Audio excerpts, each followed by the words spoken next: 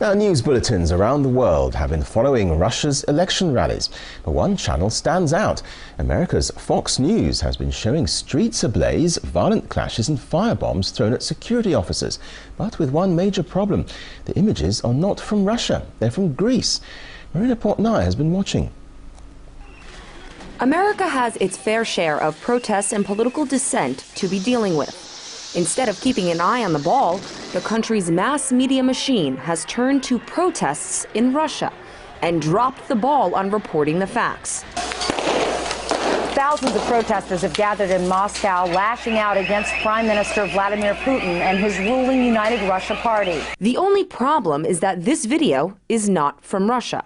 Fox News Channel aired video of fires and chaos in Athens, convincing viewers that this mayhem is playing out in Moscow.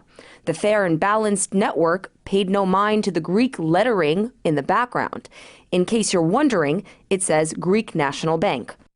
What matters is that this is what Moscow protests have looked like. It's not surprising whatsoever that at the moment that there would be any kind of protest, no matter how small it be in Russia, against the Russian government, that it would be greatly exaggerated in media and used by the U.S. government as well as a way to try to somehow push for change in Russia that would be more favorable to U.S. interests. Journalist and author Eva Golinger believes mass media is Washington's most valuable weapon in encouraging revolt elsewhere, under the mantle of spreading democracy, such as the so-called Orange Revolution in Ukraine or Rose Revolution in Georgia.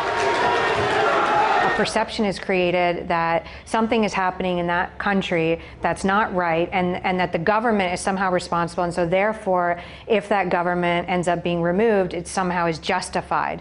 That you know, the media has played a key role in creating a justification for regime change. Similar anti-government demonstrators have been reported in at least 50 other cities in Russia. U.S. leaders have leveled harsh criticism against Russia in the aftermath of Sunday's parliamentary election. And critics say its free press has worked to reinforce the narrative. The media tends to march in lockstep with the government. It tends to take its cues from the government. It tends to, mobilize its resources to showcase what the government says is true, even when later it turns out not to be true. As was the case in this erroneous CNN report. Well, in eastern Russia, more than 3,000 people protested against proposed changes to the country's time zones. The video shown by CNN is not of protesters, but rather of soccer fans rioting in Moscow over the killing of a fellow supporter.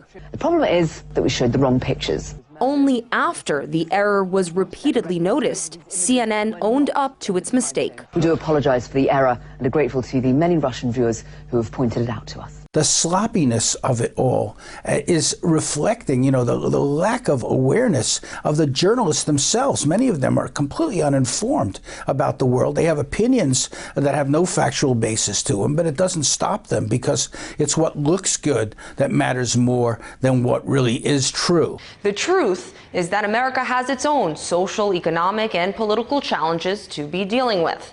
And while Washington works on getting its own house in order, powerful mass media outlets can work on getting their facts straight. Marina Portnaya, RT, New York.